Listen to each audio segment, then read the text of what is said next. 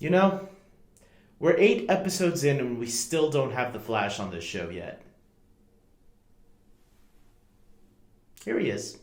Hey everybody, this is David, and today I'm going to be talking about Legends of Tomorrow, Season 1, Episode 8, Night of the Hawk.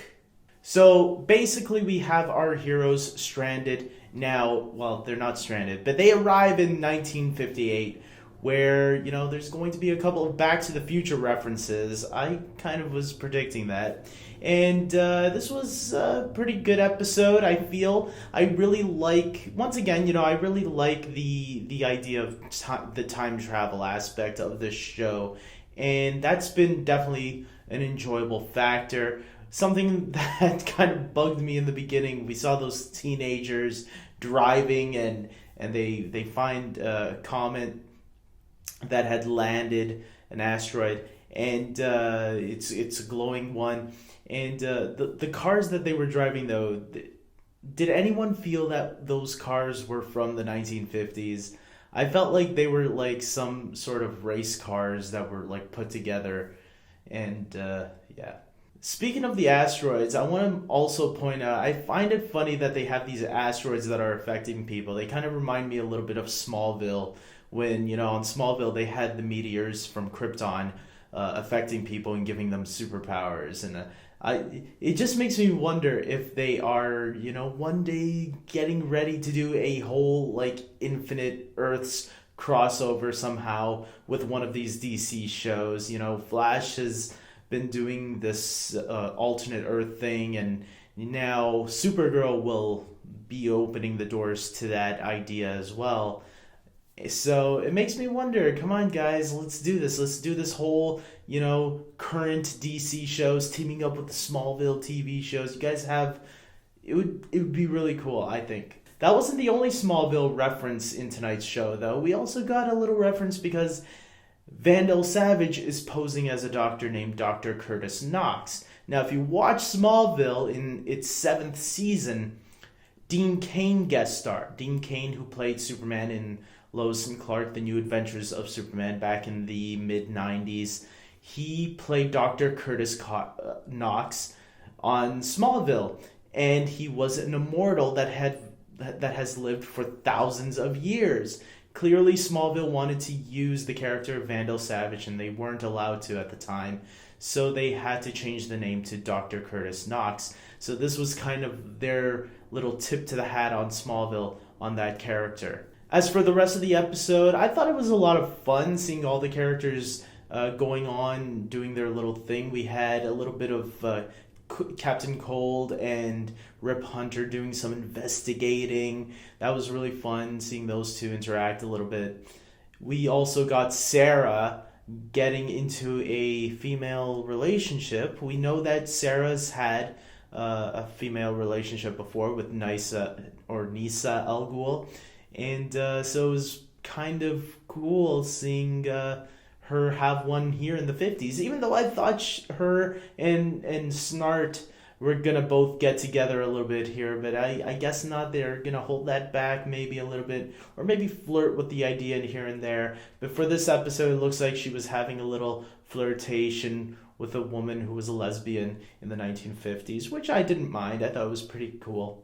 We also get a little bit of, Jax meets a girl that seems single, although he learns later that she has a boyfriend who was affected by Vandel Savage. And what I really like about it is that, this episode was dealing a little bit with some sexism or feminism and racism.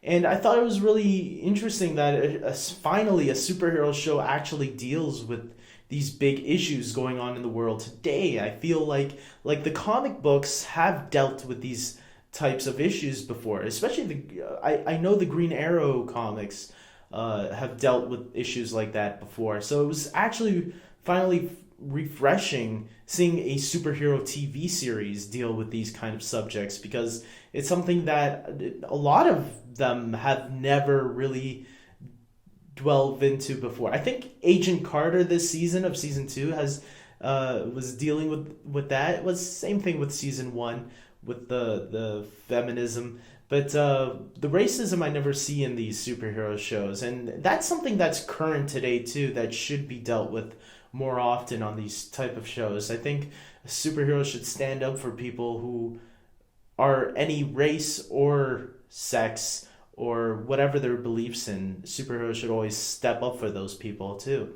We also got Ray and Kendra playing husband and wife, and I thought that was a little fun as well. Of course, finally, at the end of the episode, the heroes are attacked by Kronos. And what happens, even though Ray, Sarah, and Kendra haven't arrived back at the ship yet, the other heroes realize they have to get out of there as quickly as possible before Kronos kills them all.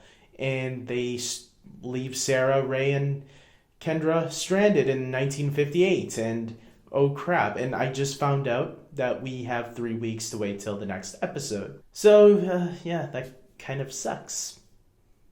So, guys, all in all, I really enjoyed this episode. I thought it was fun. Not the best episode, but it's been pretty good. I think the problem for me right now with Legends of Tomorrow is that even though I'm enjoying the episode, there's nothing really there that's like making me want to come back even more, Like, for an example, with Arrow, you watch it and you got the whole who's in the grave situation, and you want to know who's in the grave. And each week you're trying to speculate what's going to happen each week, and who's going to end up there. And with the Flash, we were like trying to figure out who is Zoom, who is behind that mask. And now we're trying to find out who's behind the Iron Mask. I feel like Legends of Tomorrow needs something like that, because right now it just feels like if I miss next week's episode, I won't be missing much, because I know they're going to come back for Sarah, Ray, and Kendra and save them, and then they're going to go off to their next timeline and try to stop Savage there. That's what I think is kind of missing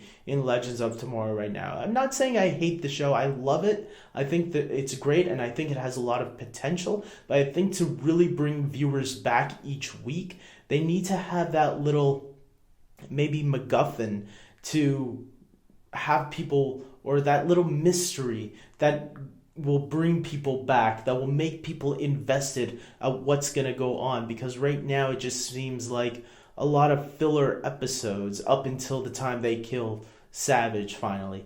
So, like I said, it was a good episode. Just, I think the overall series needs to be reworked and tooled a little bit. Hopefully season 2 will fix a lot of these problems. But overall, I think it's still a good show. So with all that being said, guys, I hope you agree with me. If not, that's cool. Like this video if you like it. If you didn't like it anyways. Subscribe to my channel, because I review every episode of Flash, Arrow, and Legends of Tomorrow, because I enjoy all 3 of them. So, even if Legends of Tomorrow is my least favorite, I still enjoy it. I'm still going to review all of it, so don't worry. And until next time, take care.